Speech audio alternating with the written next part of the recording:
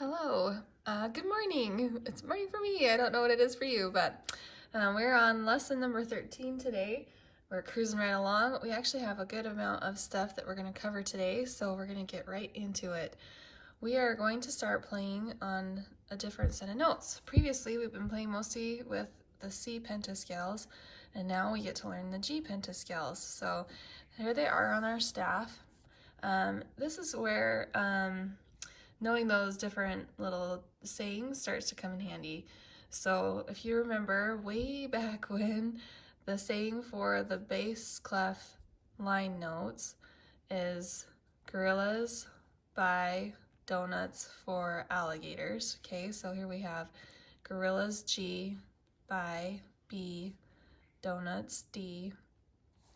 4 would be the F on that line, and then alligators is your top line. Okay, here's middle C, and above middle C is going to be the D. And it's written just like if that middle line were there, right? The D is above. And then the space note saying is all cows eat grass. So A, C, E, G.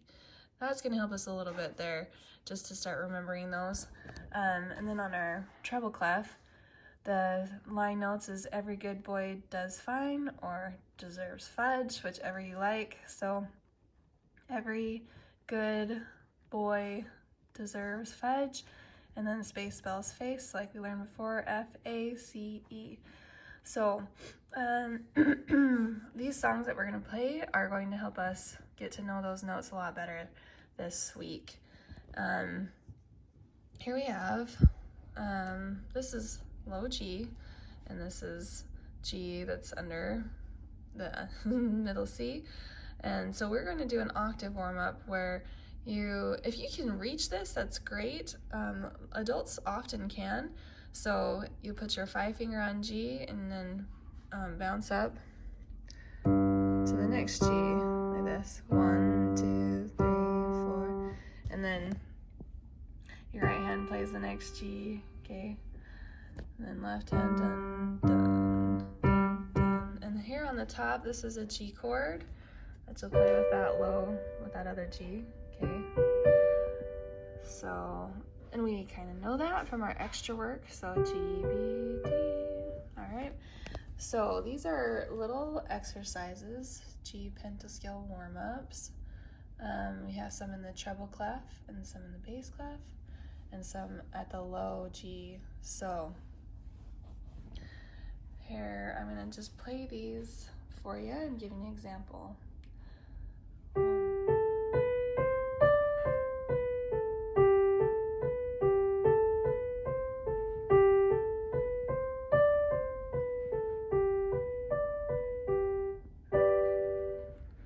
And the bass clef.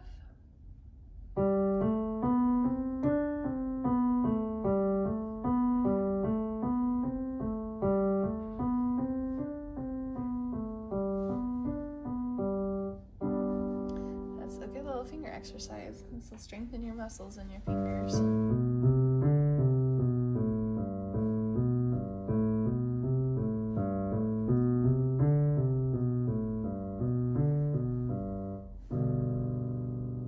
Okay, we're going to go ahead and turn our page.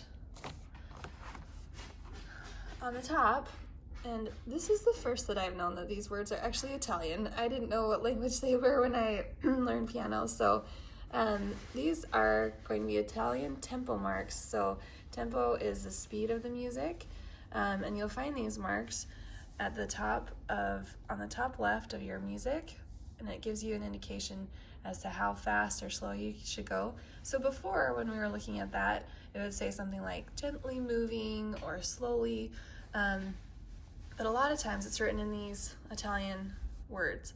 So andante is really slow, okay, it's slowly walking, a walking speed. Moderato is moderately, that makes sense. And allegro is fast and lively. So we're gonna start watching for these. This song is going to be fast and lively, whereas American Fiddle Tune will be moderate, okay? Now, we're not learning too much else on these two songs, so I'm gonna give you both examples at the same time. let's just cruise through and just make sure that we see everything in here. We've got forte at the beginning, so loud, piano, so soft, forte, piano. So we're going from loud to soft to loud to soft at a pretty good pace. And then here on this song, we're at forte with some accent marks. Okay, make sure we give these the right amount of counts. 1, 2, 1, 2, 1, 1, 1, 2. And you've got staccatos through here. And so da da dun dun dun. Make sure those pop up and off. And a little crescendo into mezzo forte, and then forte here. Oh, I guess we went to mezzo piano over here. I was like, how did we get to mezzo forte? All right, so I'm gonna go ahead and give you those examples. So our hand positioning is, I'm gonna start with my pinky down here on the low G. And here we're working in the people house. This is grandma, apple, back door, if you remember. Here's our doghouse, front. Oh, sorry, doghouse is cat and dog in the middle. So it's G, A, B, C, D. And then same thing up here. Grandma is in the house eating her apple. Here's the back door, cat, dog. Okay? And we start in forte. 1, 2, ready, go.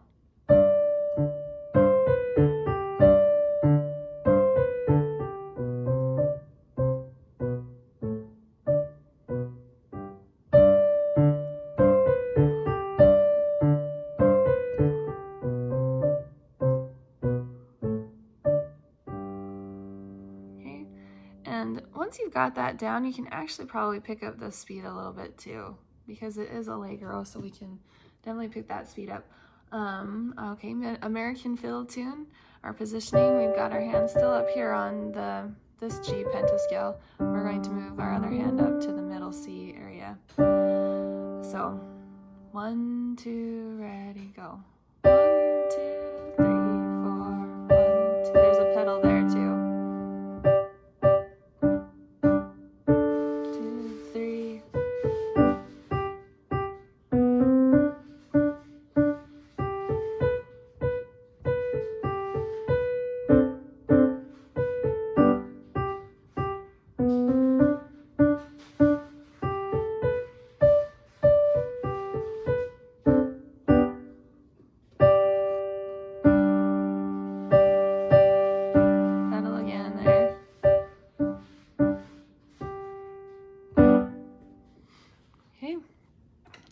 Practice those ones up. I hope they come easily for you.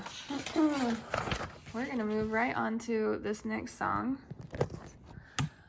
This is Theme by Mozart. This is the only song this week that has a teacher duet, so you can go ahead and find that online on the website. So looking at these, we're only learning one thing with this song. We have here our G chord, the broken and the blocked. And then here's our G suspended fourth. So it's just like the C, where, if you remember our C suspended fourth, the fourth from C is here, this F. So this is a C suspended fourth. So we're gonna do the same thing with the G. So here's our G chord. This is a third. So instead I'm gonna do the fourth for the suspended fourth and have this sound, okay? And we'll run through this. This song is andante, which means walking speed, so slower. So mezzo piano, and you'll have to hold me accountable to going slower. I'm so bad at it. Okay, and you have a diminuendo into mezzo forte. Oh, where did we go forte? I don't know. Somewhere between here and here, there probably should be a forte sign. Anyways, just get louder, I guess, and then get softer, and then there's a retardando at the end. Okay, and you'll see above here that they're going to give you your chord marks, G suspended fourth, so you kind of know what's going on in the bass clef a lot of times just by the markings above. So, let me give you an example. Again, our hand positioning, my right hand is thumb on G, left hand is here by middle C.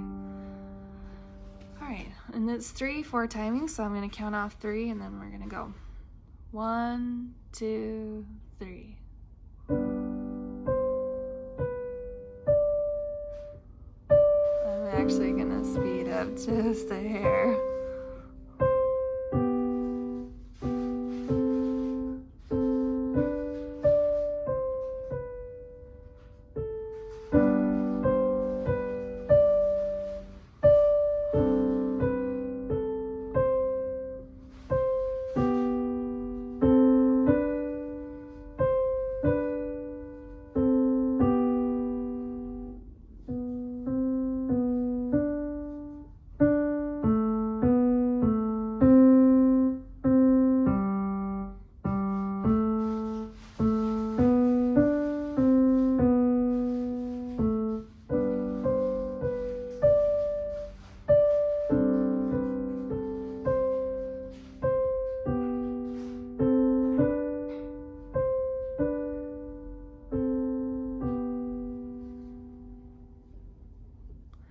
Okay,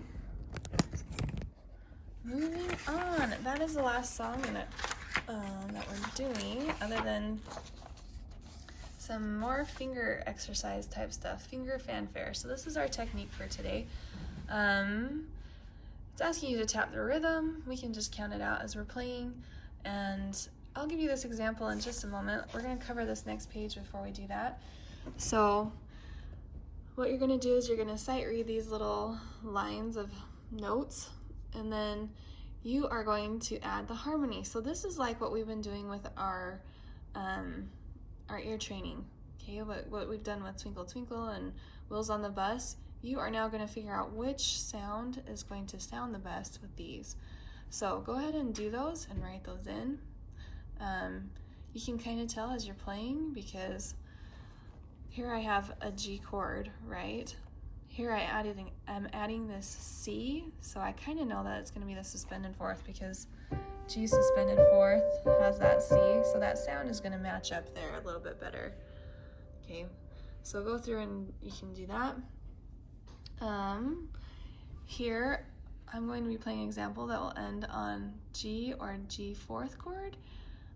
Circle the correct answer for the last chord that I play. So I'm going to play one of these, and you get to circle what I end on. Okay, so we're going to go ahead and do that. First, I'm going to give you an example of this finger fanfare, then we'll do this, and then we'll do our extra work. Finger fanfare is here on our G pentascales. It's 4/4 timing, and it says moderately fast, so maybe a titch slower than allegro. Here we go. 1, 2, ready, go.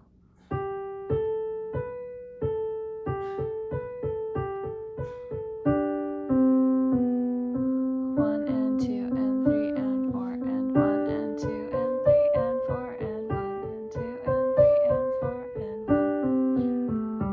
1 and 2 and 3.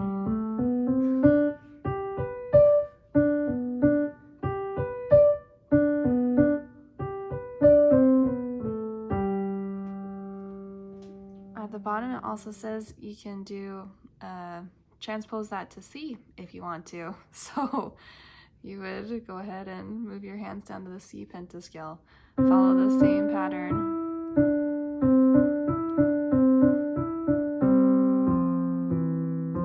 Okay, I'm not going to do the whole thing for you, but you get the gist as a little extra work. And then we're going to move over to 103. I'm going to play for you one of those examples, and you circle what I ended on. Here we go.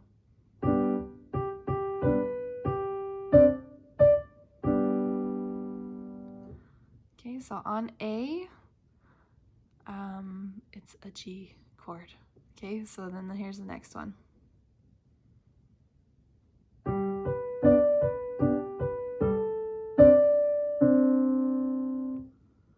Okay, and I hope that you heard on B, it's the G suspended fourth. Here's the next one.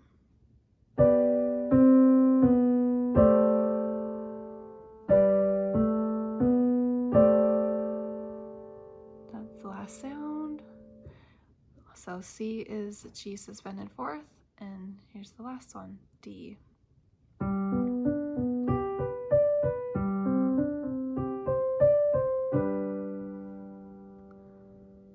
So that is the G chord at the end. D is G. Okay, so we have just a couple extra things today. So a few extra things today. We're going to go ahead and put our hands together on the A scale that we learned last week. And we're going to go our 4 octaves. Okay, so we can work on that just with the beat. Then we are doing a little bit of a review today. We're going to do our chord progressions in all the keys that we've learned, C, G, D, and A. So this is what it looks like and what I'm hoping you'll do. So you're gonna do your first, fourth, first, seventh, and first. Okay, we're gonna start with C. Okay, and then we can move to G, where we add our 1 F sharp. And then we're going to go to D, and I can't even remember if we did our chord progression for D. It might have been the one that we skipped. Okay, so we've got D, D, F, A, okay. The fourth is D, G, B, first. Then we're gonna hit that C sharp along with the G and the A. And then back to the first. And then we're going to move to A, which I think I'll do this down here. So A is C sharp, okay. And we did this in our last lesson. Oops, sorry. With the F sharp, C sharp, G sharp, C sharp. So we actually get to hit all of those sharps in there.